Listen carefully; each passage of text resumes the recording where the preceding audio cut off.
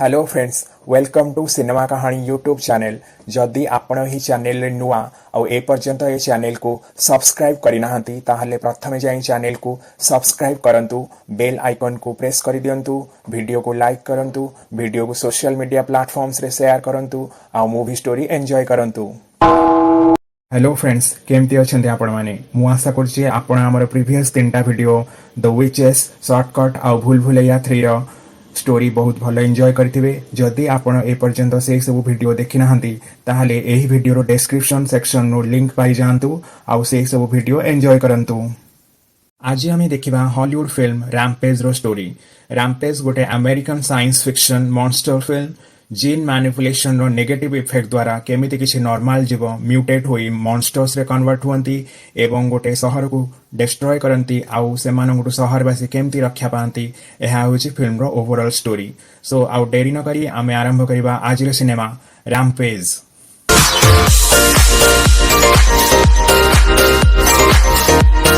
Cinema आरंभ हुए एथेना-1 space station रु, जहाँ गोटे जीन मैनिपुलेशन कंपनी एनर्जाइन द्वारा परिचालित। यही company biotechnology based gene editing आउ जीन मैनिपुलेटिंग टेक्नोलॉजी द्वारा जीवजंतु उपर एक्सपेरिमेंट करे। तो सही एथेना स्पेस स्टेशन रे गोटे बड़ मूसार डीएनए रे एक्सपेरिमेंट हेउता बेले मूसाटी म्यूटेट होई बड़ होई गला आउ बहुत आग्रेसिव भी पाल्टी गला। मूसा उत्पात रे से एथेना स्पेस स्टेशन डिस्ट्रॉय हेवा आरंभ हो जाए। सबू क्रू मेंबर्स को से बड़ मूसा गोटी गोटी करी मारी दिए। केवल डॉक्टर केरी आटकिन ए पर्यंत जीवित थांती। आउ मूसा ठू रक्षा पाइबा पई से स्पेस स्टेशन भितर इमरजेंसी लाइफ सेविंग कैप्सूल रे एंट्री करबा को गला बेले कंप्यूटर रु कंपनी रा कमांड आसे कि तुमे प्रथमे लैब रु सबू डीएनए सैंपल रो चेंबर केन्स सेफली काढी आनो आउ तापरे तुमको ए लाइफ सेविंग इमरजेंसी कैप्सूल रे एंट्री मिलिबो। डॉक्टर आटकिन को न चाहिबा सत्वे भी से लैब को बाध्य होई जिबाकू पड़े। आउ से 3टा डीएनए सैंपल को बैग रे भर्ती करंती। आउ एतिकी बेले से बड़ मूसा आसी जाए आउ डॉक्टर को आक्रमण करने को पछरे पड़ जाए। डॉक्टर प्राण बचाइबा पई से कैप्सूल डोर पाखु तुरंत जाती आउ डोर खोली भी जाए। डॉक्टर आटकिन एबे जाई स्पेस शटल बस जाती आउ स्पेस स्टेशन पूरा डिस्ट्रॉय हेबा पूर्व से स्पेस शटल को से स्पेस स्टेशन अलग करी पृथ्वी आड़ को रिटर्न करती। हेले ए स्पेस क्राफ्ट पृथ्वी वायुमंडल प्रवेश करने क्षणी जली जाए आउ डॉक्टर आटकिन निज स्पेस कैप्सूल सह ब्लास्ट हो जाती। एपटे फिल्म रे आमे सांडिएगो सहर रे डेविस को देखू, जी जने प्राइमेटोलॉजिस्ट बा बानर प्रजाति विशेषज्ञ। आउ से सांडिएगो सहर वाइल्ड लाइफ सैंक्चुरी रे गॉरिला मानू ट्रेन करे। सैंक्चुरी रे गोटे नुआ गॉरिला आसीथिला जार नाम बाओ, जहाँ को डेविस रो टीम शिकारी मानक ठारू जंगल रु उद्धार करथिला। डेविस बाओ को कंट्रोल करने को चेष्टा करे आउ बाओ डेविस रो कथा मानिबा को लागि जाए। एतिके बेले जॉर्ज आसी जाए। जॉर्ज हेउची गोटे आल्बाइनो गॉरिला। ए आल्बाइनो गॉरिला विरल प्रजातिर आउ जॉर्ज निज प्रजातिर शेष गॉरिला थिला। डेविस टीम रे थिबा कॉर्नर बाओ को देखि डरे, कारण से टीम रे नुआ थिला आउ wildlife sanctuary first time आसीथिला। डेविस कॉर्नर को दौड़ीबा को मना करे, हेले से बाओ को देखिकी डरिकी दौड़े आउ बाओ भी ता पछरे ताकू रागिकी धरिबा को दौड़े। आउ एतिकी बेले जॉर्ज आसी कॉर्नर को रक्षा करे आउ बाओ को भगाई दिए। जॉर्ज बहुत मजाकिया गॉरिला थिला आउ से डेविस रो फेवराइट गॉरिला मध्य थिला। डेविस जहाँ कहे जॉर्ज ताहा माने। एबे फिल्म रे आमको राति रे नाइट स्काई देखाए, जेउठी से ब्लास्ट होइतिबा स्पेस क्राफ्ट रो पार्ट सब पृथ्वी रे पडुथिबा देखाए। सेथिरु गोटिए पार्ट जाई सांडिएगो वाइल्ड लाइफ सैंक्चुरी रे पड़े। सेथिरे सेही डीएनए सैंपल चेंबर कैन रु गोटिए थाए। राति रे जॉर्ज से धमाका देखी घटनास्थल को चेक करने को जाए आउ सेही चेंबर कैन को धरिबा द्वारा सेथिरु एक प्रकार गैस निर्गत हुए, जहाँ को सुंघी जॉर्ज इन्फेक्टेड हो जाए। सेही 3 डीएनए चेंबर कैन रु आउ गोटे योमिंग फॉरेस्ट रे पड़े, जेउटी गोटे उल्फ ता पाखु को आसी इन्फेक्टेड हो जाए, जहाँ को राल्फ बोली नाम दिया जाइछे फिल्म रे। आउ लास्ट डीएनए चेंबर कैन जाई कि सांडिएगो शहर रे थिबा गोटे रिवर स्वाम्प रे पड़े, जहाँ को गोटे क्रोकोडाइल गिड़ी देवा द्वारा से मध्य इन्फेक्टेड हो जाए, जहाँ को फिल्म रे लीजी नेम दिया जाइछि। सकाळे डेविस निज जू रे जाई पहुंचे। ता सांग नेल्सन ताको कुहे कि जॉर्ज काली रातिठू बहुत रागी करी अछि आउ गोटे गिजली भालू को मारिकी ता गुंफारे बसिछि। घटना कौन देखा डेविस जॉर्ज पाखक जाए आउ देखे कि गिजली भालूटी मरिकी पड़ी। डेविस को जॉर्ज इशारा रे कुहे कि मु तोर सांग डेविस, तू कहीं गिजली भालू को मारिलु। ତ ଜର୍ଜ କୁହେ କି ସେ ଭାଲୁଟା ମୋତେ ଆଗ ଆକ୍ରମଣ କଲା, ତେଣୁ ମୁଁ ତାକୁ ମାରିଦେଲି। ଜର୍ଜର ଏପରି ବ୍ୟବହାର ଡେଭିସ୍କୁ ଅନ୍ୟୁଜୁଆଲ ଲାଗିଲା। ଯେତେବେଳେ ଜର୍ଜ ଗୁମ୍ଫାରୁ ବାହାରକୁ ଆସେ, ଡେଭିସ୍ ଆଶ୍ଚର୍ଯ୍ୟ ହୋଇଯାଏ କି ଜର୍ଜର ହାଇଟ୍ ଆଗ ଅପେକ୍ଷା ବହୁତ ବଢ଼ିଯାଇଛି। ଏବେ ସେ ଗୋଟେ ବଡ଼ ହାଇଟ୍ର ଗରିଲା ପରି ହୋଇଯାଇଥାଏ, ଯାହା ବହୁତ ଅନ୍ୟୁଜୁଆଲ ଥିଲା। ଏମିତି ହଠାତ୍ କ'ଣ ହେଲା ଯାହା ଡେଭିସ୍କୁ ଚିନ୍ତାରେ ପକାଇଦିଏ। ଏବେ ଡେଭିସ୍କୁ କଲ୍ ଆସେ କନରର, ଆଉ ସେ ୱାଇଲ୍ଡ ଲାଇଫ୍ ସାଙ୍କ୍ଚୁରିର ଗୋଟେ ସାଇଡ୍କୁ ସମସ୍ତଙ୍କୁ ଡାକେ। ଆଉ ଏବେ ସମସ୍ତେ ଦେଖନ୍ତି ରାତିରେ ଘଟିଥିବା ସେ ଘଟଣାକୁ, ସେ ସ୍ପେସ୍ କ୍ରାଫ୍ଟର କିଛି ଅଂଶ ଯାହା ସେ ୱାଇଲ୍ଡ ଲାଇଫ୍ ସାଙ୍କ୍ଚୁରିରେ ପଡ଼ିଥିଲା। ଆଉ ଡେଭିସ୍କୁ ସେ ଡିଏନ୍ଏ ସାମ୍ପଲର ଚେମ୍ବର କ୍ୟାନ୍ ବି ମିଳେ, ଯାହା ଖୋଲା ଥିଲା। ହେଲେ ସେ ଜାଣିପାରେନି କି ଏଇଟା କ'ଣ ବୋଲି। ଏପଟେ ଶିକାଗୋରେ ଏନର୍ଜାଇନ୍ କମ୍ପାନୀର ସିଇଓ କ୍ଲେୟାର ଆଉ ବ୍ରେଟ୍କୁ ଦେଖାଏ, ଯିଏ ସମ୍ପର୍କରେ ଭାଇ ଭଉଣୀ। ଗତ ରାତିରେ ତାଙ୍କ ସ୍ପେସ୍ କ୍ରାଫ୍ଟର ବ୍ଲାଷ୍ଟ ଆଉ ତାଙ୍କ କମ୍ପାନୀର ସାଇଣ୍ଟିଷ୍ଟମାନଙ୍କର ଡେଥରେ ସେମାନେ ବିଚଳିତ। ଏତେ ହ୍ୟୁଜ୍ ଲସ୍ ପାଇଁ ସେମାନେ ପରସ୍ପରକୁ ଦୋଷ ଦେଉଥାନ୍ତି। କ୍ଲେୟାର କାଲି ରାତିରେ କୁହେ ଯେ ତାକୁ କମ୍ପ୍ୟୁଟରରୁ ମେସେଜ ମିଳିଥିଲା ଯେ ଡକ୍ଟର ଆଟକିନ୍ 3ଟା ଡିଏନ୍ଏ ଚାମ୍ବର କ୍ୟାନ୍ ଧରିକି ସ୍ପେସ୍ ସଟଲରେ ଆର୍ଥକୁ ରିଟର୍ଣ୍ଣ କରିଥିଲେ, ଆଉ ବାଟରେ ତାଙ୍କ ସ୍ପେସ୍ ସଟଲ ଜଳିଗଲା। ହେଲେ ସେ ଚାମ୍ବର କ୍ୟାନ୍ ନିଶ୍ଚିତ ଆର୍ଥରେ କୋଉଠି ନା କୋଉଠି ପଡ଼ିଥିବ। ସେସବୁ ସେ ବ୍ଲାଷ୍ଟକୁ ସହିପାରିବ, କାରଣ ଚାମ୍ବର କ୍ୟାନ୍ ସେମିତି ମ୍ୟାଟେରିଆଲରେ ତିଆରି ହୋଇଛି, ତେଣୁ ସେସବୁ ସେଫ୍ ଥିବ। କାଲି ରାତିରେ ସାଣ୍ଡିଏଗୋ ଫରେଷ୍ଟରେ ଛୋଟ ଉଲ୍କାଖଣ୍ଡ ଖସିଥିବା ନ୍ୟୁଜ୍ରେ ଏବେ ଦେଖାଉଛି। ଏହା ଉଲ୍କା ନୁହେଁ, ବରଂ ସେହି ଚେମ୍ବର କ୍ୟାନ୍ ହୋଇଥିବ ବୋଲି କ୍ଲେୟାର ବ୍ରେଟ୍କୁ କୁହେ। ତେଣୁ ଆମକୁ ତୁରନ୍ତ ଏସବୁ ଖୋଜିବାର ଅଛି। ଯଦି ଏହା ଗଭର୍ଣ୍ଣମେଣ୍ଟ ହାତରେ ପଡ଼ିଯିବ, ତାହେଲେ ଆମ କମ୍ପାନୀ ବୁଡ଼ିଯିବ ଆଉ ଆମେ ସବୁ ଜେଲ୍ ଯିବା, କାରଣ ଏହା ଇଲିଗାଲ ଏକ୍ସପେରିମେଣ୍ଟ ଥିଲା ଯାହା ସ୍ପେସ୍ରେ ଏନର୍ଜାଇନ୍ କମ୍ପାନୀ କଣ୍ଡକ୍ଟ କରୁଥିଲା। ତେଣୁ ଯେମିତି ହଉ ଆମକୁ ସେ ଡିଏନ୍ଏ ସାମ୍ପଲର ଚେମ୍ବର କ୍ୟାନ୍କୁ ଖୋଜିବାର ଅଛି, ଆଉ ମିଳିଗଲେ ସେସବୁ ବିକ୍ରି କରିକି ଆମେ କୋଟି କୋଟି ଟଙ୍କା ମୁନାଫା କମେଇବା। ଏପଟେ ସେମାନେ ବର୍ଗକୁ ଫୋନ୍ କରି ତାକୁ ଏ ସର୍ଚ୍ଚ ମିଶନ ପାଇଁ ହାୟର କରନ୍ତି। ବର୍ଗ ହେଉଛି ଜଣେ ମିଲିଟାରୀ କମାଣ୍ଡର, ଯାହାର ଗୋଟେ ପ୍ରାଇଭେଟ ଫୋର୍ସ ଅଛି, ଆଉ ସେ କ୍ଲେୟାରର ମଧ୍ୟ ଭଲ ବନ୍ଧୁ ଜଣେ। ଏବେ ଫିଲ୍ମରେ ଲସ୍ ଆଞ୍ଜେଲେସ୍ ସିଟିରେ ରହୁଥିବା ଜଣେ ଜେନେଟିକ୍ ଇଞ୍ଜିନିୟର ଡକ୍ଟର କେଟ୍କୁ ଦେଖାଏ, ଯିଏ 2 ବର୍ଷ ପୂର୍ବେ ଏନର୍ଜାଇନ୍ କମ୍ପାନୀରେ କାମ କରୁଥିଲେ।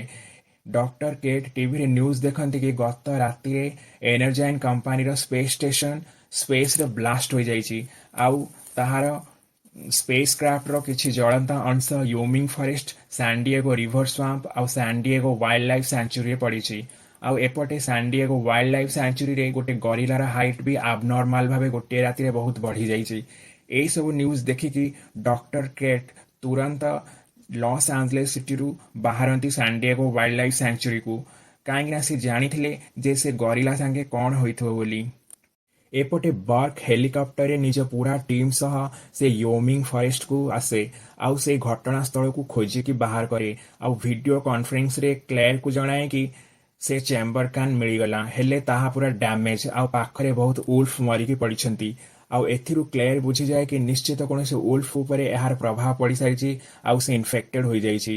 କ୍ଲେୟାର ବର୍ଗକୁ ଅର୍ଡର ଦିଏ କି ସେ ଉଲ୍ଫକୁ ଜିନ୍ଦା ୟା ମୁର୍ଦ୍ଦା ଧରିକି ଆଣ। ଏପଟେ ଜର୍ଜକୁ ଜୁ ଅଥରିଟି ଗୋଟେ କେଜ୍ରେ ବନ୍ଦ କରିକି ଜୁର ଆନିମଲ କେୟାର ହସ୍ପିଟାଲରେ ଷ୍ଟଡି କରୁଛନ୍ତି। ଜର୍ଜର ହାଇଟ୍ ଏମିତି ଆବନର୍ମାଲ ଭାବେ ବଢ଼ିଥିବାରୁ ଜୁ ଅଥରିଟି ଏଭଳି ଷ୍ଟେପ୍ ନିଅନ୍ତି। ଏପଟେ ଷ୍ଟଡିରୁ ଜଣାପଡ଼େ କି ଜର୍ଜ ବଡିରେ କିଛି ଫରେନ୍ ପାର୍ଟିକଲ ମିଶିଯାଇଛି, ତେଣୁ ତାହାର ହାଇଟ୍ ଏମିତି ବଢ଼ୁଛି, ଆଉ ସେ ଆଗ୍ରେସିଭଲି ବ୍ୟବହାର କରୁଛି। ଡେଭିସ୍ ଏସବୁ ଜାଣିବା ପରେ ସେ ଚେମ୍ବର କ୍ୟାନ୍ ପାଇଁ ଏତେ ସବୁ ହେଲା ବୋଲି ଭାବିନିଏ, ଆଉ ସେ ଚେମ୍ବର କ୍ୟାନ୍ ଭିତରେ କ'ଣ ଥାଇପାରେ ବୋଲି ସେ ଚିନ୍ତା କରେ। ଏତିକିବେଳେ ସେହି ଆନିମଲ ହସ୍ପିଟାଲରେ ଏଣ୍ଟ୍ରି ହୁଏ ଡକ୍ଟର କେଟ୍ଙ୍କର, ଯିଏ ନିଜକୁ ଏନର୍ଜାଇନ୍ କମ୍ପାନୀର ଜେନେଟିକ୍ ଇଞ୍ଜିନିୟର ବୋଲି ପରିଚୟ ଦିଅନ୍ତି, ଆଉ ଜର୍ଜକୁ ଦେଖା କରିବାକୁ ଚାହାନ୍ତି। ଡକ୍ଟର କେଟ୍ କୁହନ୍ତି କି ତାଙ୍କୁ ଜଣା କି ଜର୍ଜର ଏମିତି ଆବନର୍ମାଲ ଗ୍ରୋଥ କାହିଁକି ହୋଇଛି।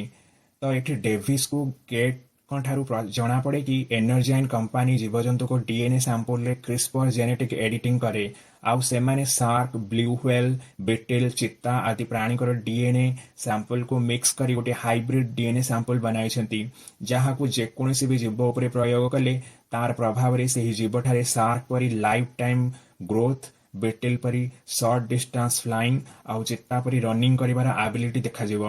ତେଣୁ କାଲି ରାତିରେ ଏନର୍ଜାଇନ୍ର ସ୍ପେସ୍ ସଟଲ ବ୍ଲାଷ୍ଟ ହେବା ଦ୍ୱାରା ନିଶ୍ଚିତ ସେ କମ୍ପାନୀର ଡିଏନ୍ଏ ଚେମ୍ବର କ୍ୟାନ୍ ଆସି ଏଇ ସାଣ୍ଡିଏଗୋ ଜୁରେ ପଡ଼ିଛି, ଆଉ ସେଥିରେ ଜର୍ଜ ଇନଫେକ୍ଟ ହୋଇଛି। ଆଉ ଏବେ ଡେଭିସ୍ ପଚାରିକି ଏହାର କ'ଣ ଟ୍ରିଟମେଣ୍ଟ ଅଛି, ସେହି ଜୀବ ପାଇଁ ଯିଏ ଏହି ଡିଏନ୍ଏ ସାମ୍ପଲ ଦ୍ୱାରା ଇନଫେକ୍ଟ ହୋଇଥିବ। ଡକ୍ଟର କେଟ୍ କୁହନ୍ତି କି ଏହାର ଆଣ୍ଟିଡୋଟ୍ ତାଙ୍କୁ ଜଣା ଆଉ ସେ ଜର୍ଜକୁ ଠିକ୍ କରିପାରିବେ। ଏତିକି ବେଳେ ଜର୍ଜ ଡେଭିସ୍କୁ ଖାଇବାକୁ ମାଗେ ଆଉ ଡେଭିସ୍ ତା ସହ ଇସାରାରେ କଥା ହୁଏ। ଏସବୁ ଦେଖି କେଟ୍ ଆଶ୍ଚର୍ଯ୍ୟ ହୁଅନ୍ତି କି ଡେଭିସ୍ ଆଉ ଗରିଲା ସହିତ ଏତେ ଫ୍ରେଣ୍ଡଲି କେମିତି। ତ ଡେଭିସ୍ କୁହେ କି ସେ ଏଇ ଗରିଲା ଜର୍ଜକୁ ପିଲାଦିନୁ ପାଳିଛି, ତେଣୁ ସେ ତା ସହ କଥା ହୋଇପାରେ। ଆଉ ଏତିକି ବେଳେ ଜର୍ଜ ଖାଇବା ମିଳିବାରେ ସାମାନ୍ୟ ଲେଟ୍ ହେବାରୁ ସେ ଚାମ୍ବର ଭିତରେ ତୋଡ଼ଫୋଡ଼ ଆରମ୍ଭ କରିଦିଏ। ଚାମ୍ବରର ଗେଟ୍ ଖୋଲି ସେ ବାହାରକୁ ବାହାରିଯାଏ। ଜର୍ଜ ଡେଭିସ୍କୁ ରୋକିବାକୁ ଚେଷ୍ଟା କରେ, ହେଲେ ଜର୍ଜ ଆଉ ଡେଭିସ୍ କଥା ଶୁଣେନି। ବର୍ତ୍ତମାନ ତାର ହାଇଟ୍ ବଢ଼ିଯାଇଛି ଆଉ ସେ ବହୁତ ବଡ଼ ଗରିଲା ପରି ଦେଖାଯାଉଛି। ଜର୍ଜ ଜୁ ବାହାରକୁ ଆସି ପବ୍ଲିକ୍ ରୋଡ୍ ଉପରକୁ ପଳାଏ। ସେଠି ପବ୍ଲିକ୍ ପ୍ଲେସ୍ରେ ଆଗ୍ରେସିଭଲି ବିହେଭ୍ କରେ, କିଛି ଗାଡ଼ି ଭଙ୍ଗାରୁଜା କରେ, ଗଛ ଉପାଡ଼ି ଦିଏ। ତାକୁ ଦେଖି ସାଧାରଣ ପବ୍ଲିକ୍ ମଧ୍ୟରେ ଆତଙ୍କ ଖେଳିଯାଏ। ଖବର ପାଇ ପୋଲିସ ତୁରନ୍ତ ଘଟଣାସ୍ଥଳକୁ ପଳାଇ ଆସେ। ଜର୍ଜକୁ ସୁଟ୍ କରିବାକୁ ପୋଲିସ ଗନ୍ କାଢ଼େ, ହେଲେ ଡେଭିସ୍ ସେମାନଙ୍କୁ ରୋକେ ଆଉ ସେ ଗରିଲା ଟ୍ରେନର ବୋଲି ପରିଚୟ ଦିଏ। ସେ ଏ ଗରିଲାକୁ ଏକାକୀ ହ୍ୟାଣ୍ଡେଲ କରିପାରିବ ବୋଲି କୁହେ ଆଉ ଜର୍ଜ ସହ ଇସାରାରେ କଥା ହୋଇ ତାକୁ ଶାନ୍ତ ରହିବାକୁ ବାରମ୍ବାର କୁହେ। ଜର୍ଜ ବି ଲଗଭଗ ଡେଭିସ୍ କଥାରେ ଶାନ୍ତ ହୋଇଯାଇଥାଏ ଆଉ ପୋଲିସ ଏସବୁ ଦେଖି ନିଜ ଗନ୍ ବି ଡାଉନ୍ କରିଦିଅନ୍ତି। ହେଲେ ଅଚାନକ ସେହି ସ୍ପଟରେ ଗୋଟେ ହେଲିକପ୍ଟର ଆସି ଲାଗେ ଆଉ ହେଲିକପ୍ଟରରୁ ସିକ୍ୟୁରିଟି ଫୋର୍ସ ଜର୍ଜ ଉପରକୁ ବହୁତ ସାରା ବେହୋସିର ଇଞ୍ଜେକ୍ସନ ଫାୟାର କରନ୍ତି ଆଉ ଜର୍ଜ ଦେହରେ ସେସବୁ ଲାଗିବା ଦ୍ୱାରା ଜର୍ଜ ବେହୋସ ହୋଇ ତଳେ ପଡ଼ିଯାଏ। ଏପଟେ ଆମକୁ ବର୍କ ଆଉ ତା ପୁରା ଟିମ୍ ୟୋମିଙ୍ଗ ଜଙ୍ଗଲ ଉପରେ ହେଲିକପ୍ଟରରେ ଉଡ଼ୁଥିବା ଦେଖାଏ। ଗୋଟିଏ ଉଲ୍ଫ ସାଇଜରେ ବହୁତ ବଡ଼ ହୋଇ ଯାଇଥିବା ବର୍କ ଆଉ ତା ଟିମ୍ ମେମ୍ବର୍ସ ମାନେ ଦେଖନ୍ତି ଆଉ ଜଙ୍ଗଲରେ ସେ ବଡ଼ ଉଲ୍ଫଟି ବହୁ ସ୍ପିଡରେ ଧାଉଁଥିବା ବି ସେମାନେ ଲକ୍ଷ୍ୟ କରନ୍ତି। ବର୍କ ତା ଉପରକୁ ଗନ୍ ସୁଟ୍ କରି ବମ୍ ଫୋପାଡ଼େ, ହେଲେ ସେ ଉଲ୍ଫ ଦେହରେ ଗୋଟେ ବି ଗୁଳି ବାଜେନି। ତେଣୁ ବର୍କକୁ ତାର ହେଲିକପ୍ଟର ଜଙ୍ଗଲରେ ଲ୍ୟାଣ୍ଡ କରାଇବାକୁ ପଡ଼େ ଆଉ ସେମାନେ ସେଇଠି ମାଟିରେ ଗୋଟେ ବଡ଼ ପଞ୍ଝାର ଚିହ୍ନ ଦେଖନ୍ତି ଯାହା ସେ ବଡ଼ ଉଲ୍ଫର ଥିଲା। ଏତିକି ବେଳେ ବହୁତ ଗୁଡ଼ିଏ ହରିଣ ସେହି ମିଲିଟାରୀ କମାଣ୍ଡର ମାନଙ୍କ ପାଖକୁ ଦୌଡ଼ି ଆସନ୍ତି ଆଉ ସତେ ଯେମିତି ଲାଗୁଥାଏ କି ତାଙ୍କ ପଛରେ କିଏ ପଡ଼ିଛି। ଆଉ ଏତିକି ବେଳେ ସେ ବିଶାଳକାୟ ଉଲ୍ଫ ବର୍କର ଟିମ୍ ମେମ୍ବର୍ସଙ୍କ ଉପରେ ଆଟାକ୍ କରେ ଆଉ ଦୁଇ ଜଣଙ୍କୁ ଝାମ୍ପି ନିଏ। ବର୍କ ଆଉ ବାକି ଟିମ୍ ମେମ୍ବର୍ସଙ୍କ ସହ ସେ ଉଲ୍ଫ ପଛରେ ଧାଏଁ ଆଉ ଉଲ୍ଫ ଉପରେ ଗନ୍ ଫାୟାର କରେ, ହେଲେ ସେ ଉଲ୍ଫ ଦେହରେ କିଛି ବି ଗୁଳି ବାଜେନି କାରଣ ସେ ବହୁ ସ୍ପିଡରେ ଧାଉଁଥିଲା। ତେଣୁ ଓଲଟା ସେ ଉଲ୍ଫ ବର୍କ ଟିମ୍ ଉପରେ ଭାରି ପଡ଼େ ଆଉ ଗୋଟେ ଗୋଟେ କରି ତାର ସମସ୍ତ ସାଥୀଙ୍କୁ ମାରିଦିଏ। ଜଙ୍ଗଲରେ ସେମାନଙ୍କ ଖଣ୍ଡ ବିଖଣ୍ଡିତ ଶରୀର ପଡ଼ିଥିବା ବର୍କ ଦେଖେ। ଏପଟେ ସେ ତାର ବାକି ଟିମ୍କୁ ହେଲିକପ୍ଟରରୁ ଆକାଶମାର୍ଗରୁ ସେ ଉଲ୍ଫ ଉପରେ ଆଟାକ୍ କରିବାକୁ କୁହେ।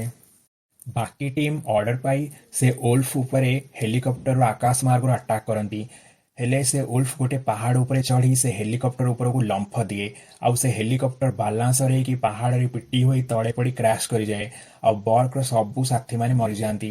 ଏହିସବୁ ଦୃଶ୍ୟ କ୍ଲେର ଆଉ ବ୍ରେଟ୍ ଏନର୍ଜାଇନ୍ ହେଡକ୍ୱାର୍ଟରରେ ବସି ଜଙ୍ଗଲରେ ଥିବା ଡ୍ରୋନ୍ କ୍ୟାମେରାରେ ଲାଇଭ୍ ଦେଖୁଥାନ୍ତି। ଆଉ ଜଙ୍ଗଲରେ ସେ ଉଲ୍ଫ ଏବେ ବର୍କ ପଛରେ ପଡ଼ିଯାଏ ଆଉ ବର୍କ ବି ତାର ଯେତେ ଶକ୍ତି ଥିଲା ସବୁ ଏକତ୍ର କରି ସେ ଉଲ୍ଫ ଉପରେ ଗନ୍ ସୁଟ୍ କରେ, ହେଲେ ସେ ବିଶାଳକାୟ ଉଲ୍ଫ ଆଗରେ ବର୍କ ତିଷ୍ଠି ପାରେନି। ଉଲ୍ଫ ବର୍କକୁ ତା ମୁନିଆ ମୁନିଆ ଦାନ୍ତରେ କାମୁଡ଼ି ଖଣ୍ଡ ଖଣ୍ଡ କରିଦିଏ। ଏବେ ସିନ୍ ସିଫ୍ଟ ହୁଏ ଆଉ ଦେଖାଏ କି କେଟ୍ ଆଉ ଡେଭିସ୍କୁ government secret service agency arrest କରିନିଅନ୍ତି କାରଣ ସେମାନେ ଆଲବାଇନୋ ଗରିଲା ବିଷୟରେ ସବୁକିଛି ତଥ୍ୟ ଗଭର୍ଣ୍ଣମେଣ୍ଟକୁ ଲୁଚାଇଥିଲେ ଆଉ ଗରିଲା ଆସି ପବ୍ଲିକ ପ୍ଲେସରେ ଆତଙ୍କ ସୃଷ୍ଟି କଲା। ଏତିକି ବେଳେ ସିକ୍ରେଟ ସର୍ଭିସର ହେଡ୍ ଅଫିସର ହାର୍ଭେ ରସେଲ ଆସେ। ଡେଭିସ୍ ତାକୁ କୁହେ କି ମୋତେ ଜର୍ଜକୁ ଦେଖା କରିବାର ଅଛି ଆଉ ଯଦି ତୁମେ ମୋତେ ଅଲଗା କେଉଁଠାକୁ ନେଇଯିବାକୁ ଚାହୁଁଛ ତାହେଲେ ତମେ ବହୁତ ବଡ଼ ଭୁଲ କରୁଛ। ହେଲେ ହାର୍ଭେ ଡେଭିସ୍ର କଥା କିଛି ଶୁଣେନି ଆଉ ସେ ତା ସିକ୍ୟୁରିଟିକୁ ଅର୍ଡର ଦିଏ କି ଡେଭିସ୍, କେଟ୍ ଆଉ ଜର୍ଜକୁ ପ୍ଲେନ୍ରେ ତୁରନ୍ତ ବସାଇବାକୁ। ଏବେ ତାଙ୍କ ପ୍ଲେନ୍ ଟେକ୍ ଅଫ୍ କରେ ଆଉ ମଝି ଆକାଶରେ ଦେଖାଏ କି ଜର୍ଜ ଗୋଟେ କେଜ୍ରେ ବନ୍ଦ ଅଛି ଆଉ ବେହୋସ ବି। ଡେଭିସ୍ ନୋଟିସ୍ କରେ କି ଜର୍ଜ ହାତ ଆଙ୍ଗୁଠିରେ ଗୋଟେ ବହୁତ ବଡ଼ କ୍ଷତ ଥିଲା ଯାହା ଏବେ ପୁରା ଠିକ୍ ହୋଇଯାଇଛି। ଏବେ କେଟ୍ କୁହେ କି ସେମାନେ ସେହି ଡିଏନ୍ଏ ସାମ୍ପଲରେ ଆମେରିକାନ୍ ଟାଇନି ର୍ୟାଟ୍ର ଡିଏନ୍ଏ ଆଡ୍ କରିଥିଲେ ଯାହା ପାଖରେ ଶରୀରର ଘା କ୍ଷତ ଜଲ୍ଦି ଭଲ କରିବାର ପାୱାର ଅଛି। ଏହି ସମୟରେ ପ୍ଲେନ୍ ଭିତରେ ଅଫିସର ହାର୍ଭେ ଡେଭିସ୍ ଆଉ କେଟ୍ଙ୍କ ପାଖକୁ ଆସିଯାଏ। ହାର୍ଭେକୁ ଡେଭିସ୍ ଆଉ କେଟ୍ ପାଖରୁ ସବୁ ଇନଫର୍ମେସନ ବାହାର କରିବାର ଥିଲା। ସେ ଡେଭିସ୍କୁ କୁହେ କି ତୁମେ ପ୍ରଥମେ ମିଲିଟାରୀରେ ସୋଲଜର ଥିଲ ଆଉ ଏବେ ଜଣେ ଗରିଲା ସ୍ପେଶାଲିଷ୍ଟ आउ तुम बाकी रेकर्ड सब गायब गवर्नमेंट रिपोर्ट रु डेविस हार्वे को कहे कि बकवास बंद कर आउ कुह तुमे आमको कहीं अरेस्ट करिच आउ जॉर्ज को लेकिन तुम कुआड़े जाऊच जॉर्ज को प्लेन रे आनिकी तुम बहुत बड़ भूल कल जॉर्ज रो बिहेवियर पूरा अनकंट्रोल्ड एबे तो हार्वे कहीकि आमे ताकू बेहोश इंजेक्शन देकी केज रे बंद करिकी पूरा कंट्रोल रे रखिचु डॉक्टर केट कहे कि जेभली जॉर्ज रो साइज बढ़ुची टाइम टू टाइम ए बेहोश इंजेक्शन बेसी टाइम जाए जॉर्ज को निद रे रखि परिबनी बरं प्लेन लैंड हेबा पूर्व जॉर्ज सब किछि बर्बाद कर देइथबो एबे हार्वे कहे कि से गवर्नमेंट रो सीक्रेट सर्विस स्पेशल एजेंसी रु आउ जेतेबेले कोनोसी साइंस एक्सपेरिमेंट रंग हो जाए सेतेबेले घटनाटी को संपूर्ण दबाई देवाको मोर आवश्यकता पड़े तेणु आमे ए संपूर्ण घटना जॉर्ज को मारिकी चपाई देबु आउ जॉर्ज परी भी गोटे उल्फ भी आकार रे विशालकाय होई योमिंग जंगल उत्पात करुची हार्वे डेविस आउ केट को उल्फ रो वीडियो देखाए आउ कहे कि जॉर्ज को मारी सारले ए उल्फ को भी आमे मारिदेबु डेविस हार्वे को जॉर्ज को न मारिबा को रिक्वेस्ट करे आ कहे कि डॉक्टर केट जने जेनेटिक इंजीनियर से एनर्जाइन कंपनी रे काम करछंती आउ तांकू यार एंटीडोट रो फार्मूला भी जणा अछि से जॉर्ज को ठीक कर देबे एक कथा सुनी हार्वे हसे आउ कहे कि डॉक्टर केट 2 वर्ष पूर्व एनर्जाइन कंपनी रो आउट हो जाइछंती कारण से कंपनी रो सीक्रेट इनफॉरमेशन हार्ड ड्राइव चोराउथवा बेले धरा पड़िथिले आउ एथि पई तांकू 13 मास जेल होइथिला एबे हार्वे सेठू पळाए केट डेविस को ता विषय आगुरी मिछ कहितबारु लज्जित अनुभव करे हार्वे रो कथा सुनी डेविस केट को पचारे कि से एबे कहू से जॉर्ज को पूरा ठीक करि परिबो ना नाही केट एबे मना करे पूरा तो केबे ए सब जिनस को ठीक करि हेबो नाही जो विशालकाय साइज बढ़ी जाइछि ताको आ कमाई हेबनी बरं सेमानकर आग्रेसिव बिहेवियर को किछटा कमाई शांत करि हेबो एपटे सीन शिफ्ट हुए एनर्जाइन कंपनी हेडक्वार्टर को जेउठी आमे देखु कंपनी सीईओ क्लेयर आ ब्रेट कथा होतांती कि गवर्नमेंट सीक्रेट एजेंसी डेविस आ केट को अरेस्ट करके निज सांगरे नै जाइछंती आ साथी रे से जॉर्ज भी केज रे बंद अछि आउ एबे क्लेयर तार आगामी प्लान विषय कहे कि तांको कंपनी रो दक्ष इंजीनियर माने कंपनी हेडक्वार्टर रो रूफ टॉप रे गोटे हाई फ्रिक्वेंसी एंटीना इंस्टॉल कर दैछंती जहां ऑन हेबा मात्रे high frequency radio wave signal चारियाडे छाड़िबो आउ सेई तिन्नी जीव एई सिग्नल को पिछा करी निज रास्ता रे समस्त बाधा को एड़ाई आसी टावर पाखे पहुंची जिवे कारण एई high frequency radio active signal सेमानंको दिमाग को हलचल करदेव तेणु से शांत हुई जो जगह अच्छा से रही पारे ना आउ एई सिग्नल रो पिछा करी से माने आसिकी एठी पहुंची जिवे से माने एठी आसिले निश्चित गवर्नमेंट मिलिटरी ऑपरेशन आरंभ करिवो आउ ए तीन जीवन को मारिदेव तो आमे एई मौका रे ए तीन जीवन को डीएनए कलेक्ट करी ताहाकू बिक्री करी मालामाल होई जिबा आउ एबे क्लियर एंटीनार सिग्नल को ऑन कर दिए सिग्नल ऑन हेबा मात्रे जंगल रे थिबा उल्फ आ नदी रे थिबा क्रोकोडाइल लिजी टाणी होई शिकागो शहर मुहा हुअंती जेउठी से कंपनी रो हेडक्वार्टर अछि एपटे प्लेन रे थिबा गरिला जॉर्ज को भी सिग्नल मिलिबा द्वारा तार निद भांगी जाए आ से बहुत रागरे चिल्लाए जॉर्ज से केज को जबरदस्ती भांगे प्लेन भितरे तोड़फोड़ करे आउ ताकू देखि रसेल जॉर्ज पर गन शूट करे हेले जॉर्ज किछि भी क्षति होइनी कारण से गोटे विशालकाय गरिला पलटि जाइथिला एबे रसेल ता सिक्यूरिटी मानंग सहित मिसी जॉर्ज को अटैक करे हेले जॉर्ज बहुत रागरे थाए से सिक्यूरिटी को ऊपर को जिनस फोपाड़े आउ सेमानंकु मार्डी बसे आउ प्लेन भितरे तोड़फोड़ करे डेविस रा हाथ रस्सी रे बंधा थिला केट निजर रस्सी फिटाई मुकुले आउ डेविस रो रस्सी खोली ताकू भी मुकुलाई दिए डेविस एबे जॉर्ज को शांत करने को प्रयास करे से जॉर्ज सह इशारा रे कथा हुए आउ शांत रहिबा को बारंबार कहे एई मौका रे डेविस जॉर्ज को बेहोशी रो इंजेक्शन लगाइबा को चाहुतला हेले एतिके बेले पछरु गोटे गार्ड जॉर्ज ऊपर को फुणी फायर करे आउ एथिरे जॉर्ज भीषण उत्क्षिप्त होई प्लेन भितर भंगारुजा आहुरी आरंभ कर दिए एबे प्लेन भितर पूरा आतंक सृष्टि हो जाइथिला कारण जॉर्ज सबु किछि भांगी चुरमार करिया ऊपर थिला जॉर्ज को मारिबा को हार्वे गन धरी फायर करबा को लागिला बेले जॉर्ज तांकटू गन छड़ाई तांको निज हाथ मापुली रे धरी मारिबा को उद्यत हुए एतिके बेले सिक्यूरिटी गन फायर द्वारा गोटे गन जाइकी प्लेन थिबा बम बॉक्स रे लागे आउ प्लेन रे गोटे बड़ धमाका हुए पूरा प्लेन रे निया लागि जाए गुड़ी जाई पायलट देहरे बाजिबारु पायलट टळी पड़े आउ प्लेन एबे क्राश हेबाकु तळकु खसे एतिके बेले जॉर्ज डॉक्टर हार्वे आड़कू मारिबाकू बढ़िबारु डेविस जॉर्ज आड़कू गोटे बड़ मशीन गड़ाई दिए जहाँ द्वारा जॉर्ज पछकू खसी जाए डेविस देखे पाखरे गोटे पाराशूट बैग पड़ी से ताकू केट को कांधरे बांधिबाकू कुहे आउ निजे हार्वे कांधरे गोटे पाराशूट बैग आउ निज कांधरे गोटे पाराशूट बैग पिंधि तिनिहे से प्लेन तलकू डेई पड़ती एपटे प्लेन भितर जॉर्ज रही जाए आउ प्लेन जाइकी तले क्रैश हुए आउ ये तिनिहे पाराशूट रे तले सेफली ओह्लांती आउ प्लेन क्रैश साइट को जाए जॉर्ज को खोजती डेविस भावे कि जॉर्ज प्लेन क्रैश रे प्राण हराइछि हेले जॉर्ज सेठारे बिल्कुल न थाए जॉर्ज पाद चिन्ह नॉर्थ आड़ को जाइथाए जेमिति जॉर्ज नॉर्थ आड़े कुआड़े पलाई जाइछि आउ एपटे हार्वेर लाइफ बंचाइथिबारु हार्वे डेविस आउ केट को थैंक्स कुहे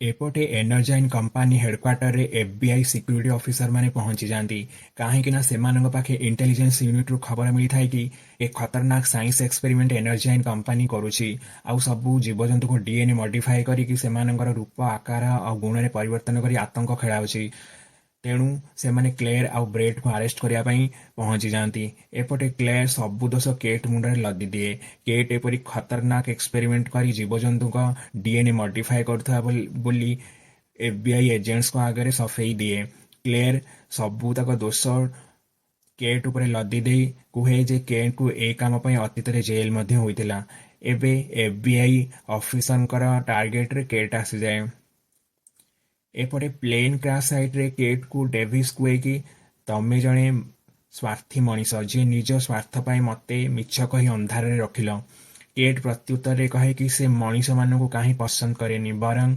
मनीष मानक अपेक्षा से गरिला मानक सह अति निकटतर एथिरे डेविस जवाब दिए कि मनीष हेउछि स्वार्थपर आउ निज स्वार्थ पाई मनीष किछि भी करि पारे मु मिलिटारी रे थिली आउ बहुत युद्ध लड़ीची मनीषर गुण सह मु भल भावे परिचित जॉर्ज को मु पिलादिनु पाळिछि मु आउ मो टीम जंगलरू ताकू उद्धार करथिलु आमे जेतेबेले देखिलु शिकारी माने ता माँ को मारी खंड खंड करी काटुथिले सेतेबेले आमे शिकारी मानक सह लढिलु जॉर्ज सेतेबेले बहुत छोट थिला आउ जॉर्ज ता प्रजातिर शेष गरिला अल्बाइनो गरिलांको दाम ब्लैक मार्केट रे बहुत अधिक तेणु शिकारी माने सेमानको मारी ब्लैक मार्केट रे बिकी दियंती आउ सेमानको पई ए प्रजातिर संपूर्ण खात्मा होइगला जॉर्ज सेतेबेले छोट थिला मु ताकू पाइबा परे ताकू सैंडिएगो वाइल्ड लाइफ सेंचुरी को नेई आसिली आउ सेठी तार जत्न नेली मनीष सबुठु स्वार्थपर निज स्वार्थ पाई मनीष किछि भी करिपारे एथिरे डॉक्टर केट कहती कि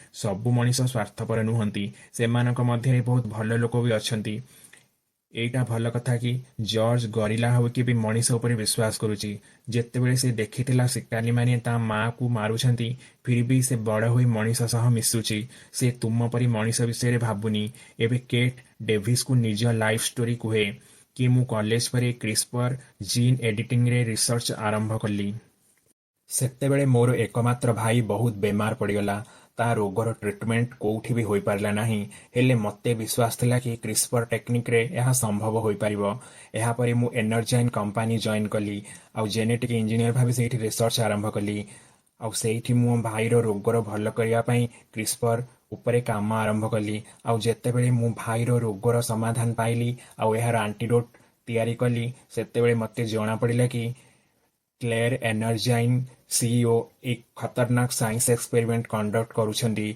से जीवजंतुंकर डीएनए जीन को मॉडिफाई करी ताको हाइब्रिड स्पेसीज बनाउछंती आउ जहार भयंकर परिणाम वर्तमान आमे देखुछु मु ए सब तथ्य रिसर्च टेक्निक डिस्ट्रॉय करदेबाकू चाहूथिली तेणु मु कंपनीर सीक्रेट इनफॉरमेशन थिबा हार्ड ड्राइव को चोराइली हेले मु सेतिके बेले धरा पड़गली आउ सेमाने मते 13 मास जेल ले नहीं पुराई देले मो नारे मिछ केस कले मोर चाकरी चलीगला आउ एई भितर मो भाई भी मरीगला आउ वर्तमान मु एमती गोटे गुमनाम जीवन जीवुची मोर क्यारियर से माने बर्बाद करदेले हेले एबे मु स्थिर करिछि मु ए सब गलत काम आ बर्दाश्त करिबि नाही मु ए एनर्जाइन कंपनी को उचित जवाब देबी सेमानकर ए रॉन्ग साइंस एक्सपेरिमेंट को कंप्लीट स्टॉप करिबि आउ ता कथा सुनि डेविस ताकू क्षमा कर दिए आउ दुहिंग भितर एबे फ्रेंडशिप हो जाए आउ एमानकू नेबाकू एतिकी बेले हेलिकॉप्टर आसी जाए आउ हेलिकॉप्टर से मानकू एयरफोर्स बेस को अणा जाए सेठी कर्नेल से उल्फ आउ गरिला उपरे अटैक करने को योजना करुଥାଏ आउ सैटेलाइट इमेज रु जना पड़े कि उल्फ आउ गरिला मात्र 4 किलोमीटर दूर रे अछंती शिकागो शहर रे एंट्री करने को एवं कर्नेल डेविस आउ केट उपरे रागी कि एमाने मिलिटरी बेस कौन पाई आसीछंती एतिकी बेले हार्वे कर्नेल को कुहे ए होचंती गरिला ट्रेनर आउ से जने जेनेटिक इंजीनियर तेणु तांकोटु बेसी से गरिला को कहीं जानती नाही तेणु से एही मिलिटरी ऑपरेशन ने आमको सहयोग करिवे एबे डेविस कुहे कि ए दुहे गरिला वुल्फ एबे नॉर्मल जीवन हुंती आ आश्चर्यर कथा दुहे एबे सीधा लाइन रे गोटिए दिगरे धाइछंती जहां सैटेलाइट इमेज रु से माने देखंती कर्नेल केट को पचारे कि ए वुल्फ आ गरिला शिकागो कोन पई दौड़छंती तो केट कुहे कि एनर्जाइन कंपनी रो हेडक्वार्टर शिकागो रे रहिछि आ निश्चित एनर्जाइन कंपनी गोटे हाई फ्रिक्वेंसी टावर इंस्टॉल करिथिबो जा द्वारा कि से माने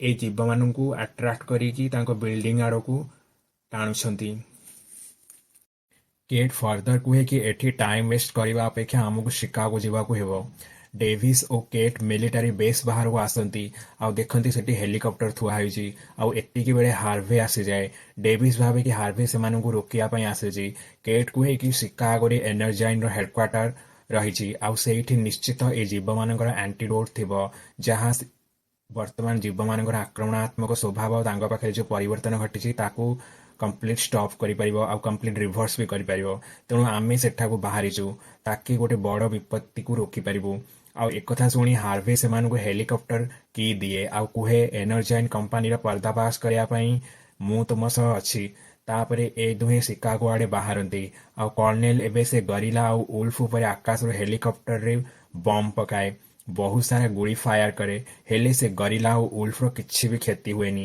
यह देखि कर्नेल शहर खाली करने को ऑर्डर दिए आउ एतिकी बेले डेविस हेलिकॉप्टर नहीं शिकागो पहुंचे आउ देखे लोके घर द्वार खाली करी शहर छाड़ुछंती आउ एतिकी बेले से उल्फ आउ गरिला शहर रे पहुंची आतंक सृष्टि करती सेमानकर विशालकाय आकार जोगु घर द्वार बिल्डिंग भांगी जाए लोक मानकु से माने कामुड़ी क्षताक्त करी मारी दियंती सबु आर्मी टैंक हेलिकॉप्टर जहाँ तांको सामना को आसे से सब नष्ट करी से माने एनर्जाइन कंपनी बिल्डिंग आड़े बढ़ु थांती डेविस आउ केट भी हेलिकॉप्टर रे एनर्जाइन बिल्डिंग आड़े बढ़ु थांती आउ एतिकी बेले से माने देखंती कि नदी रे जोर ढेउ उठुची आउ से पानी रु बाहर गोटे विराट काय कुंभीर एते बड़ा विशाल काय कुंभीर को देखि कर्नेल ऑर्डर दियंती कि से कुंभीर को बम पके ताकू ब्लास्ट करि देबा पई एपटे आर्मी कमांडर से कुंभीर उपरको बम गुड़ीगोला फपाड़ती हेले कुंभीर किसी भी क्षति हुए बरं से मॉन्स्टर कुंभीर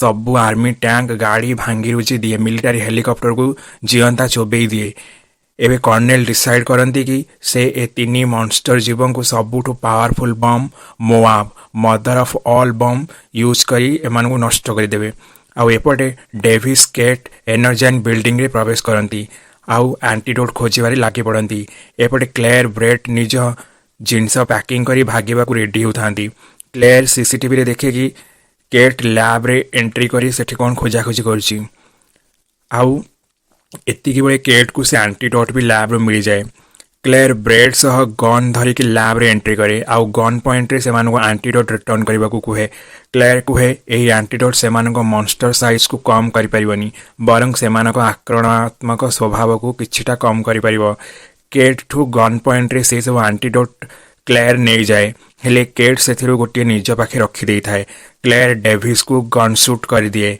डेविस मरिबार एक्टिंग करी तले पड़ जाए आउ क्लेयर केट को गन पॉइंट रे धरी सीधा बिल्डिंग टॉप को नहीं जाए जेउठी सेमानकर हेलिकॉप्टर थुआ होइतिला आउ एपटे ए तीन विशालकाय जीव एनर्जाइन कंपनी रो बिल्डिंग रे चढ़ीवा को लागंती ताकि ऊपर थिबा से एंटीना जहाँ हाई फ्रिक्वेंसी वेव छाड़ुची आउ एम तीन जन को इरिटेट करची ତାକୁ ଧ୍ୱଂସ କରିବେ।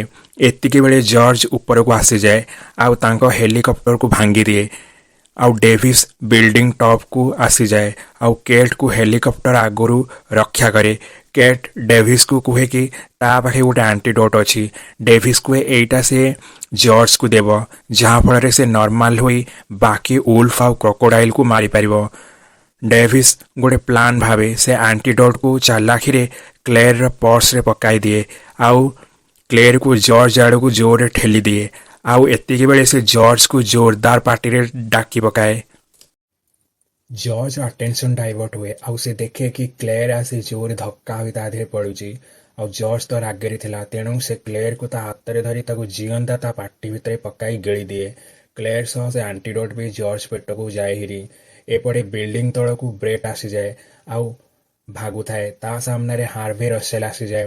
ରସେଲ ତାକୁ କୁହେ କି ସେ ତାକୁ ଆରେଷ୍ଟ କରିବା ପାଇଁ ଆସିଛି। ଯଦି ସେ ବଞ୍ଚିବାକୁ ଚାହୁଁଛି ତାହେଲେ ତା ଲ୍ୟାପଟପ୍ ଆଉ କମ୍ପାନୀର ସବୁ ଡକୁମେଣ୍ଟସ୍ ତାକୁ ଦେଇଦେଉ। ବ୍ରେଟ୍ ସବୁ ଛାଡ଼ିଛୁଡ଼ି ଭାଗୁଥିଲା, ତେଣୁ ସେ ରସେଲକୁ ତାର ସବୁ ଡକୁମେଣ୍ଟସ୍ ଆଉ ଲ୍ୟାପଟପ୍ ଦେଇଦିଏ ଆଉ ଭାଗେ। ହେଲେ ବିଲ୍ଡିଂ ବାହାରେ ତା ଉପରେ ବିଲ୍ଡିଂର ଖସୁଥିବା ପଥର ଖଣ୍ଡ ପଡ଼େ ଆଉ ସେ ତଳେ ଚାପି ହୋଇ ମରିଯାଏ। ଏପଟେ ବିଲ୍ଡିଂ ଟପ୍ରେ କେଟ୍ ଡେଭିସ୍କୁ କୁହେ ସେ ଆଣ୍ଟିଡୋଟ୍ 10 ମିନିଟ୍ରେ ପ୍ରଭାବ ଦେଖାଇବ, ଜର୍ଜ ନର୍ମାଲ ହୋଇଯିବ। ଆଉ ଏପଟେ ଏ ବିଶାଳକାୟ ଜନ୍ତୁ 3 ଜଣ ସେ ବିଲ୍ଡିଂକୁ ଭାଙ୍ଗିରୁଜି ଚୁରମାର କରିସାରିଲେଣି। ଏବେ ବିଲ୍ଡିଂ ପୁରା ଭାଙ୍ଗିବା ଉପରେ। କେଟ୍ ଆଉ ଡେଭିସ୍ ସେ ଭଙ୍ଗା ହେଲିକପ୍ଟର ଭିତରେ ପଶିଯାଆନ୍ତି ଆଉ ତାକୁ ଉଡ଼ାଇବାକୁ ଚେଷ୍ଟା କରନ୍ତି। ହେଲିକପ୍ଟର ପଙ୍ଖା ବୁଲେ, ହେଲେ ହେଲିକପ୍ଟର ବେଶୀ ଉପରକୁ ଉଠିପାରେନି। ଏହି ସମୟରେ ବିଲ୍ଡିଂ ପୁରା ଧସିଯାଏ ଆଉ ଏମାନେ ହେଲିକପ୍ଟର ଭିତରେ ଥିବା ଯୋଗୁଁ ବଞ୍ଚିଯାଆନ୍ତି। ଏବେ ଜର୍ଜ ସେ ବିଲ୍ଡିଂ ଅବଶେଷରୁ ବାହାରେ ଆଉ ତାର ରାଗ ଶାନ୍ତ ହୋଇଯାଇଥାଏ। ଏପଟେ ସେ କୁମ୍ଭୀର ଆଉ ସେ ଉଲ୍ଫ ମଧ୍ୟ ବାହାରକୁ ବାହାରନ୍ତି। ଡେଭିସ୍ କେଟ୍ ହେଲିକପ୍ଟରରୁ ବାହାରି ଦେଖନ୍ତି ଯେ ଏବେ ସିଟିରେ ଲୋକ ଅଛନ୍ତି ଆଉ ଜୀବନ ବଞ୍ଚାଇବାକୁ ଏପଟ ସେପଟ ଧାଉଁଛନ୍ତି। ଡେଭିସ୍ କେଟ୍କୁ କୁହେ ଯେ ସେ ଗାଡ଼ି ଧରି ଶୀଘ୍ର ହାର୍ଭେ ରସେଲ ପାଖକୁ ଯାଉ ଆଉ ତାକୁ କହୁ ଯେ ସେ ମୋଆ ବମ୍ ସିଟିରେ ବ୍ଲାଷ୍ଟ କରିବା ପ୍ଲାନ୍କୁ କ୍ୟାନସଲ୍ କରୁ, କାରଣ ଏଠି ଲୋକ ଅଛନ୍ତି ଆଉ ବର୍ତ୍ତମାନ ଜର୍ଜ ବି ନର୍ମାଲ ହୋଇସାରିଲାଣି। ତେଣୁ ଜର୍ଜ ସହ ମିଶି ମୁଁ ଏ ଉଲ୍ଫ ଆଉ କ୍ରୋକୋଡାଇଲର ମୁକାବିଲା କରିବି, ତେଣୁ ମୋଆ ବମ୍ ପ୍ରୟୋଗ କରିବା କିଛି ଆବଶ୍ୟକ ନାହିଁ। ଡେଭିସ୍ର କଥା ମାନି କେଟ୍ ବି ଗାଡ଼ି ନେଇ ସିଧା ରସେଲ ପାଖକୁ ପହଞ୍ଚେ। କେଟ୍ ହାର୍ଭେ ରସେଲକୁ ଡେଭିସ୍ କହିଥିବା ସବୁ ଇନଫର୍ମେସନ୍ ପାସ୍ କରେ ଆଉ ହାର୍ଭେ ରସେଲ କର୍ଣ୍ଣେଲକୁ ଫୋନ୍ କରି ମୋଆ ବମ୍ ପ୍ରୟୋଗ କରିବା ପ୍ଲାନ୍କୁ କ୍ୟାନସଲ୍ କରିବାକୁ କୁହେ। ବଟ୍ କର୍ଣ୍ଣେଲ ତାର କଥା କିଛି ବି ଶୁଣେନି। ଏପଟେ ଜର୍ଜକୁ ଓଲ୍ଫ କ୍ରୋକୋଡାଇଲ ଦୁହେଁ ଆଟାକ୍ କରନ୍ତି। ଏତିକିବେଳେ ଡେଭିସ୍କୁ ଆଇଡିଆ ଆସେ ସେ ଓଲ୍ଫକୁ ହେଭି ବମ୍ବ ଆଟାକ୍ କରେ ତାକି ଉଲ୍ଫର ଆଟେନସନ୍ ଜର୍ଜ ଉପରୁ ଡାଇଭର୍ଟ ହେବ। ଆଉ ସେୟା ହିଁ ହୁଏ। ସେ ଉଲ୍ଫ ଡେଭିସ୍କୁ ଆଟାକ୍ କରିବାକୁ ଉଡ଼ିକି ଆସେ। ଡେଭିସ୍ ପଛରେ କ୍ରୋକୋଡାଇଲ ଥିଲା ଏବଂ ଡେଭିସ୍ ଉଲ୍ଫକୁ ଦେଖିକି କ୍ରୋକୋଡାଇଲ ସାମ୍ନାରୁ ହଟିଯାଏ ଆଉ ଉଲ୍ଫ ଯାଇ ସିଧା କ୍ରୋକୋଡାଇଲ ଦେହରେ ମାଡ଼ ହୁଏ। ଆଉ କ୍ରୋକୋଡାଇଲ ଯେହେତୁ ଭୀଷଣ ରାଗରେ ଥିଲା ଆଉ ସେ ମେଲେଇକି ସବୁଆଡ଼େ କାମୁଡ଼ା କାମୁଡ଼ି କରିବାକୁ ଧାଉଁଥିଲା, ସେ କ୍ରୋକୋଡାଇଲ ପାଟିରେ ଉଲ୍ଫ ପଶିଯାଏ ଆଉ ସେ କ୍ରୋକୋଡାଇଲ ତା ମୁନିଆ ମୁନିଆ ଦାନ୍ତରେ ଉଲ୍ଫର ମୁଣ୍ଡ ଗଣ୍ଡିକୁ ଅଲଗା କରିଦିଏ। ଏପଟେ ଉଲ୍ଫକୁ ମାରିକି ସେ ଭୟଙ୍କର କ୍ରୋକୋଡାଇଲ ଏବେ ଜର୍ଜ ମୁହାଁ ହୁଏ। ଆଉ ଏତିକିବେଳେ ଡେଭିସ୍ ଜର୍ଜକୁ ବଞ୍ଚାଇବା ପାଇଁ କ୍ରୋକୋଡାଇଲ ଉପରକୁ ହେଭି ଗନ୍ ଫାୟାର କରେ, ହେଲେ ସେ କ୍ରୋକୋଡାଇଲର କିଛି ବି କ୍ଷତି ହୁଏନି। କ୍ରୋକୋଡାଇଲ ଡେଭିସ୍ ଉପରେ ତୁଟି ପଡ଼େ। ଡେଭିସ୍ ତାଠୁ ବଞ୍ଚିବା ପାଇଁ ଭାଗେ, ହେଲେ ତଳେ ପଡ଼ିଯାଏ ଆଉ କ୍ରୋକୋଡାଇଲ ତାକୁ ଜିଅନ୍ତା ଗିଳିବା ପାଇଁ ଆଗକୁ ବଢ଼େ। ଏତିକିବେଳେ ଜର୍ଜ ଆସିକି କ୍ରୋକୋଡାଇଲ ଉପରେ ଆଟାକ୍ କରେ ଆଉ ତା କ୍ରୋକୋଡାଇଲ ମୁଣ୍ଡକୁ ବହୁତ ବିଧା ମାରେ, ହେଲେ କ୍ରୋକୋଡାଇଲର କିଛି ବି କ୍ଷତି ହୁଏନି। କର୍ଣ୍ଣେଲ ବି ସାଟେଲାଇଟ୍ କ୍ୟାମେରାରେ ଜର୍ଜ ଆଉ କ୍ରୋକୋଡାଇଲର ଫାଇଟ୍ ଦେଖୁଥାଏ। ସେ କ୍ରୋକୋଡାଇଲ ଜର୍ଜକୁ ଧରି ପକାଏ। ଏହା ଦେଖି ଡେଭିସ୍ ଜର୍ଜର ହେଲ୍ପ କରିବା ପାଇଁ ଦୌଡ଼େ ଆଉ ବହୁତ ସାରା ବମ୍ କ୍ରୋକୋଡାଇଲର କାନକୁ ଫୋପାଡ଼ି ଦିଏ। ଆଉ ଏତିକିବେଳେ ବହୁତ ବଡ଼ ଧମାକା ହୁଏ। ଜର୍ଜ ଭାବେ କି କ୍ରୋକୋଡାଇଲର କାନ ଫୁଟିଗଲା ବୋଲି ଆଉ ସେ ମରିଗଲା, ହେଲେ ସେ କ୍ରୋକୋଡାଇଲ ପୁଣି ଜାଗି ଉଠେ ଆଉ ତା ଲାଞ୍ଜ ସାହାଯ୍ୟରେ ଡେଭିସ୍ ଉପରକୁ ଆଟାକ୍ କରେ, ହେଲେ ଜର୍ଜ ଆସି ଡେଭିସ୍କୁ ବଞ୍ଚାଏ। ହେଲେ କ୍ରୋକୋଡାଇଲ ଜର୍ଜକୁ ତା ଲାଞ୍ଜରେ ଦୂରକୁ ଫୋପାଡ଼ି ଦିଏ। ଜର୍ଜ ଯାଇ ଗୋଟେ ଲୁହା ରଡ୍ରେ ଆର ପାର ହୋଇଯାଏ ଆଉ କ୍ରୋକୋଡାଇଲ ଜର୍ଜକୁ ମାରିବାକୁ ଆଗକୁ ବଢ଼େ। ଏହା ଦେଖି ଡେଭିସ୍ ପାଖରେ ଥିବା ଗୋଟେ ଭଙ୍ଗା ହେଲିକପ୍ଟର ଭିତରେ ବସିଯାଏ ଆଉ ହେଲିକପ୍ଟରରୁ ବହୁତ ସାରା ଗନ୍ ବମ୍ ସଟ୍ କରେ ସେ କ୍ରୋକୋଡାଇଲକୁ, ହେଲେ ସେ କ୍ରୋକୋଡାଇଲ କିଛି ବି କ୍ଷତି ହୁଏନି।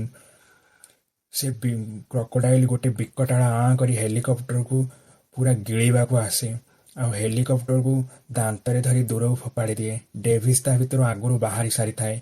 ଏବେ କ୍ରୋକୋଡାଇଲ୍ ଡେଭିସ୍କୁ ମାରିବା ପାଇଁ ତା ପଛରେ ପଡ଼ିଯାଏ। ଡେଭିସ୍ ଆଉ ଖସି ପାରେନି। ସେ କ୍ରୋକୋଡାଇଲ୍ ଡେଭିସ୍କୁ ଜିଅନ୍ତା ଗିଳି ଦେଇଥାନ୍ତା। ହେଲେ ଏତିକି ବେଳେ ଜର୍ଜ ଗୋଟେ ବଡ଼ ଲୁହା ରଡ୍ ଆଣି ସେ କ୍ରୋକୋଡାଇଲ୍ ଆଖିରେ ପୁରାଇ ଦିଏ। ଲୁହା ରଡ୍‌ଟି କ୍ରୋକୋଡାଇଲ୍ ଆଖିରେ ପଶି ଆରପାର ହୋଇଯାଏ। କ୍ରୋକୋଡାଇଲ୍‌ଟି ଫାଇନାଲି ମରିଯାଏ। କର୍ଣ୍ଣେଲ୍ ବମ୍ ବ୍ଲାଷ୍ଟ ପ୍ଲାନ୍‌କୁ ଷ୍ଟପ୍ କରିଦିଅନ୍ତି। ଏପଟେ ଜର୍ଜ ବି ବହୁତ କ୍ଷତାକ୍ତ ହୋଇସାରିଥିଲା। ତେଣୁ ସେ ବି ତଳେ ଟଳିପଡ଼େ। ହାର୍ଭେ, ଡେଭିସ୍ ଆଉ କେଟ୍ ଜର୍ଜକୁ ଦେଖି ଭାବନ୍ତି ଜର୍ଜ ମରିଗଲା ବୋଲି। ସେମାନେ ବହୁତ ଦୁଃଖ କରନ୍ତି। ଆଉ ଜର୍ଜ ପାଇଁ ଶିକାଗୋ ସହରରେ ଗୋଟେ ବଡ଼ ବିପତ୍ତିକୁ ଟାଳି ହେଲା ବୋଲି କୁହନ୍ତି। ଜର୍ଜ ପାଇଁ ବହୁତ ଲୋକ ଜୀବନ ପାଇଲେ ବୋଲି ସେମାନେ କୁହନ୍ତି। ଡେଭିସ୍ ଜର୍ଜର ମୃତ୍ୟୁରେ ବହୁତ ଦୁଃଖୀ ଥିଲା। ହେଲେ ଏତିକିବେଳେ ଅଚାନକ ଜର୍ଜ ତାର ଆଙ୍ଗୁଠି ହଲାଏ ଆଉ ଏହାକୁ ଦେଖି ଡେଭିସ୍ ଖୁସି ହୁଏ। ଏତିକିବେଳେ ଜର୍ଜ ହୋସ୍‌କୁ ଆସେ ଆଉ ଜର୍ଜକୁ ଜିଅନ୍ତା ଦେଖି ସମସ୍ତେ ବହୁତ ଖୁସି ହୁଅନ୍ତି। ଜର୍ଜ ଏବେ ଡେଭିସ୍ ଆଉ କେଟ୍‌ର ମଜାକ ଉଡ଼ାଏ ଆଉ ଏହାପରେ ସମସ୍ତେ ମିଶି ସେଠି ଫସିଥିବା ବାକି ଲୋକଙ୍କର ହେଲ୍ପ କରନ୍ତି। ଆଉ ଏଇଠି ରାମ୍ପେଜ୍ ଫିଲ୍ମ ଏଣ୍ଡ ହୁଏ। ତ ଏହା ଥିଲା ରାମ୍ପେଜ୍ ଫିଲ୍ମର ଷ୍ଟୋରି। ସାଙ୍ଗମାନେ ଆଜିର କାହାଣୀ ମୁଁ ଏଇଠି ଷ୍ଟପ୍ କରୁଛି। ନେକ୍ସଟ ଭିଡ଼ିଓରେ ଆମେ ଆଉ ଗୋଟେ ମୁଭିର ଷ୍ଟୋରି ଦେଖିବା। ଆପଣମାନେ ଭିଡ଼ିଓକୁ ଲାଇକ୍ କରନ୍ତୁ, କମେଣ୍ଟ କରନ୍ତୁ, ଭିଡ଼ିଓକୁ ସୋସିଆଲ ମିଡ଼ିଆ ପ୍ଲାଟଫର୍ମରେ ସେୟାର କରନ୍ତୁ। ନୂଆ ଭିଡ଼ିଓର ନୋଟିଫିକେସନ୍ ପାଇବା ପାଇଁ କି ବେଲ୍ ଆଇକନ୍‌କୁ ପ୍ରେସ୍ କରିଦିଅନ୍ତୁ। So thank you all and bye bye.